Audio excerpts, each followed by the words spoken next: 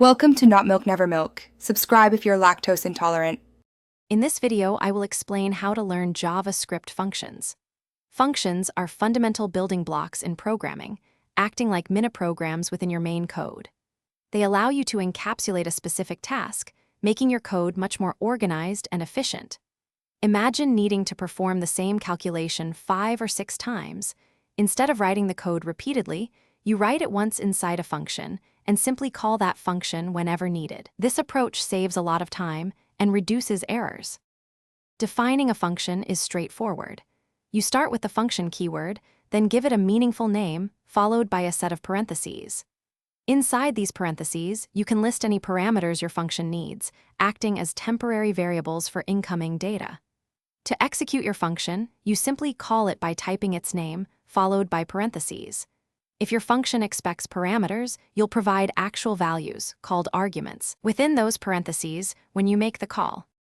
Functions become incredibly powerful when they can accept input and provide output. Parameters are like the function's input slots. You can have 0, 1, or even 10 parameters, depending on what your function needs to do. The return statement is how a function gives back a result after it has completed its task. For example, a function that adds 2 numbers would return their sum. If you don't explicitly use a return statement, the function will automatically return the value undefined. Modern JavaScript introduced arrow functions, offering a more compact way to write functions, especially for shorter, single-expression tasks.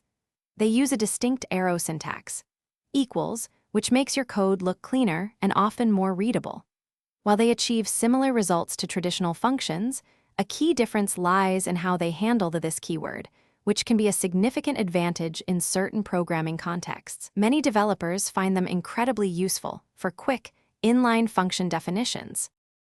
Thanks for watching. If this was helpful, leave a like and consider subscribing. See you next time.